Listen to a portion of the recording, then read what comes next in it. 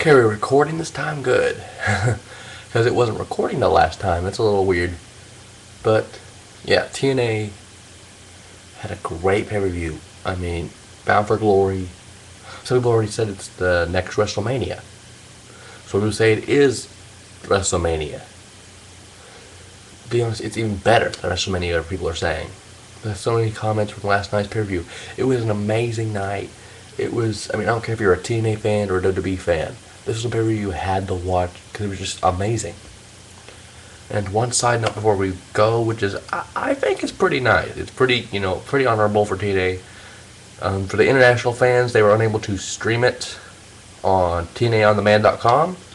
They got refunded. They'll get refunded in the upcoming days, which I think is really nice for the international fans because, either they watch our pay-per-view or they'll watch it on demand, which is pretty cool, too. You get to see it online. But in a way, you can watch it online if any stream, if you can find any kind of good stream for any pay-per-view for that matter. Which I did, which is a good thing. One thing though, I did not get to see the Motor City Machine Gun bout. I got to see the end of it. The tag team titles against Generation Me. So I can tell you it had a good ending, it had a good match. Motor City Machine Guns retained the belts.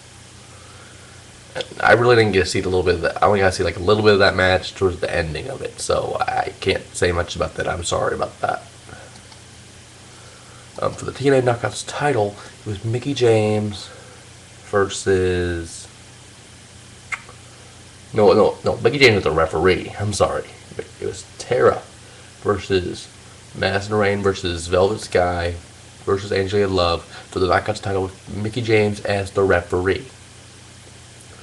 Now, Mickie James made her debut this Thursday night on Impact. And, Knockout Law, Miss Tessmacher, made her the guest referee. Which is a really good decision, a really good first decision on Miss Tessmacher's part. The second one, actually. The first one was making a four-way. It's kind of weird, they had to tag in and out a little bit. So, it's a four corners match, basically. I haven't seen that in a while, to be honest, so... It was a good seeing it every once in a while, but it was just like a pure six brawl basically towards the end of it. But it was a good match overall. I mean, you got to see the people fight each other. You never did get to see Tara and Master Rain hook it up though, which begs the question what would have happened if that happened. But it was a pretty good match, and unexpectedly Tara wins via a roll-up. Holding the tights, everything. Velvet Sky. Which isn't a bad thing. You get to see her ass a little bit, which is pretty funny. At the same time, it's kind of cheap. But nevertheless, Tara is the new Knockout champion. And after the match, Master Rain got PMS because he's like, oh shit, she wanted to win the title. And you can see Tara's lips. It's like, oh shit, I won the belt. I wasn't supposed to win the belt, I don't think. But she won it. Doesn't matter. She's still the champion now. And Master Rain got pissed off, and Mickie James knocked her out with a really good punch. Really good punch. I think it was a punch or a kick. I'm not sure. I think it was a punch. But yeah, it was a really good punch. Knocked her the fuck out.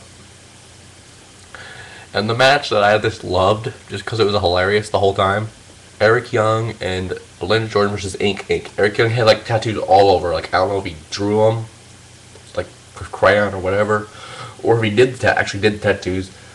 But some of them I think were at Inc's tattoo parlor and stuff, which is pretty cool. But it was just funny the whole time. Eric Young walks out with a rule book, with the TNA rule book, because I think Shannon Moore has the book of Gilly Gaff or whatever it's called, and he had the TNA rulebook. It was just the funniest shit. I mean, from when Eric Young went to the other corner trying to get tagged in, and like fighting his own partner, and like doing all this shit. The ending was the best though. And Eric Young was like fighting his own partner and going to the other corner, like hitting the turnbuckle and shit. And Inc took advantage and hit their little finisher thing. I don't know the name of it, I'm sorry, but they hit their finisher thing and got the pin. 1, 2, 3, and then Eric Young just celebrates with not Generation Me, but Inc. and just doing high fives and shit the whole match. It's just the funniest match I've ever seen in a very long time, which is great. Oh, Lord. What would I pay to see that match again? Shit. And a match I didn't even talk about, I don't think. I kind of speculated it a little bit. You know, he's going to defend the title anyway. But Jay Lethal versus Douglas Williams was a really good match. Douglas Williams, I think, is a heavyweight technically, so he kind of had the advantage the whole match almost. And he kept hitting like fucking suplexes. He couldn't get the 2 count. He kept getting 2 counts. He kept getting 2 counts. Got frustrated, and that frustration went to the end where he tried to do a top rope hurricane rana of a sunslip, and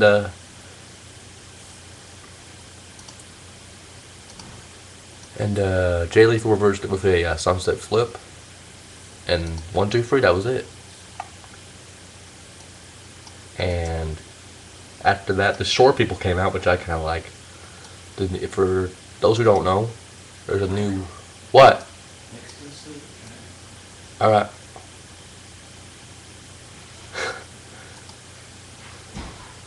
Sorry about that. But yeah. If you didn't know, there's a new gimmick with the Shore people from obviously the Jersey Shore.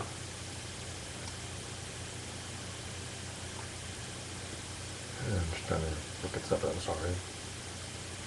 Okay. So yeah, basically it's a rip-off of Jersey Shore. WWE could have done it with Zack Ryder, if you think about it. But TNA beat him to the punch. They have this Robbie E. or whatever, and Cookie. Which is, you know, if you think about it, it's Robbie P. and Snooki, but they kind of mixed it up a little bit. And I mean, it's kind of weird. They beat him up, and then Robbie hits an RKO out of nowhere. And then they do a mini promo about how he's going to win the title. And then Cookie presents the championship to Robbie E. And, you know, Lethal celebrated with the fans, and that's how it all happened. Basically, that attack on him. Which is kind of weird. But yeah, Lethal retains with a sunset flip, reversing the Hurricane Rana. But Douglas Williams, I mean, he was really impressive in that matchup. And, you know, he hit his, whatever that flippy finisher thing. I don't remember what it's called, but I like it. Whatever it is, I like it. And he hit it, and he didn't even get the free count there, which is kind of surprising. But yeah, sunset flip, reverse into a, Hurricane reverse into a sunset flip, excuse me. Then they went to the fans again, and then again, the Shore people beat up, Jay Lethal, and it was a pretty good night, to be honest. It was just funny to see that promo. I'm actually liking the Shore people, which is funny because I dislike Jersey Shore, which is kind of weird because it's not weird. I just hate them, and I just love the fact that they're making fun of Jersey Shore with this Shore gimmick. I love it. With the fist pump and shit. They should make like bro a trending topic on Twitter. I'm just saying. Every time he says it, they just put bro on their status thing and just tweet. I don't care. That'd be funny as hell. And the Monsters Ball match. Abyss versus Rob Van Dam. We were gonna finally know who they were. And all this talk about 10-10-10, what's a century. I mean, Abyss cut a killer promo at the beginning of the thing before the match, which was pretty cool. And I mean, it was just a barbaric match from beginning to end. Like, Rob Van Dam, like, okay, Abyss was, here's one example. Abyss was on the barbed wire board, you know, because it was like a barbed wire board. His arms and stuff were on the board. Rob Van Dam was going to go for a Rolling Thunder. Abyss got out of the way, and he hit the Rolling Thunder on the board. So his back's on the fucking board. And I don't remember, Rob Van Dam went for something on the top rope at one point. And there's barbed, the boards were on the bottom, were like on the mats and stuff. Rob Van Dam misses that, and his fucking head and all this stuff's on the boards. It's one of the most epic things I've ever seen. I was actually a little worried at one point, you know. But which is kind of weird, the referee had like wire cutters and shit like that. Which is kind of funny. But Rob Van Dam eventually got Janice. Abyss was going to hit Rob Van Dam with Janice. He missed. Rob Van Dam was thinking about it. He picked up Janice, hit him in the gut with that thing. Lord, I don't care if they call it scripted or fake or whatever. If you get hit with a bat or whatever it is with fucking nails in it, that's gonna hurt. I don't care if it's scripted or not. That's gonna fucking hurt. I'm just gonna say that right now, but Jesus Christ. Who the fuck carries that shit anyway? And then Rob Van Dam hit the frog splash for the win. We never got to know which begged the question. I mean, at first, everyone thought they was going to come out during the matchup. They didn't come out. Which made me think at first they were pulling a Randy Orton, and they was like the voices in his head in this shit. But we'll get to that later in the night, because they actually showed up. In a handicap match, Sting, Kevin Nash, and the Pope, which, by the way, interesting note. This is Kevin Nash's last match in TNA. He wanted to be let go. He wanted to be a father and everything to his kids, which I think is really nice. It's about, you know, it was about his time, to be honest. Kevin Nash was going to leave anyway, the company very soon. But this shows how much Kevin Nash cares about his family. I love this. He posted it on Twitter the night before the pay-per-view.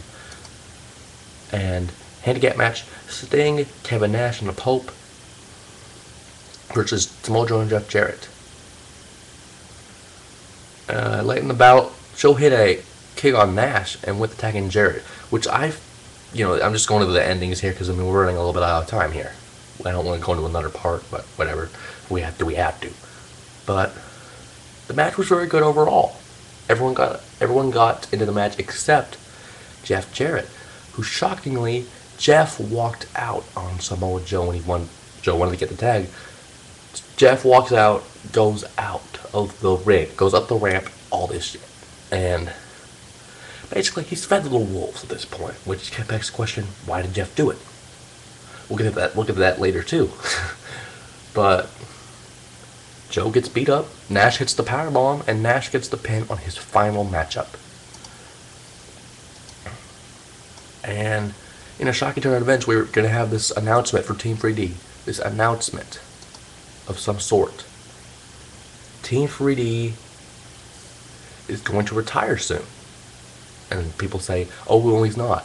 They announced it live on pay-per-view. They came out to this killer promo. I mean, they've held every tag team title in the world. I'm going to love to see either one of them win a world championship, but I don't know. What happens, whatever happens, I guess.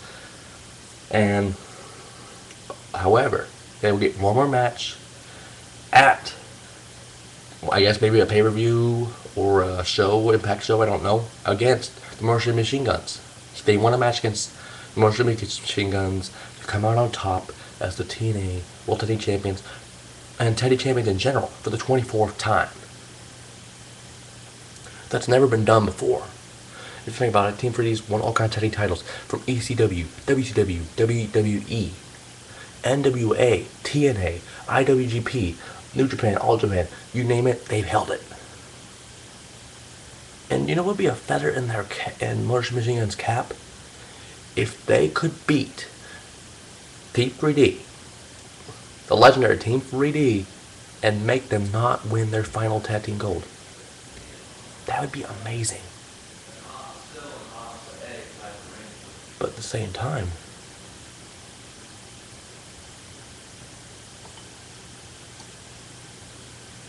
Team 3D could walk out the new tag team champions and retire, which basically would have to have a tournament for the new champions and all that shit. Which is, you know, in a way, how can you not accept this match? This is once in a lifetime. Once in a century, once in forever, you can take out a legendary tag team like Team 3D and make them lose a title. And a title shot for that matter. And we're running out of time. We're going to do another part. I'm sorry. We're going to have to do it. I'm sorry.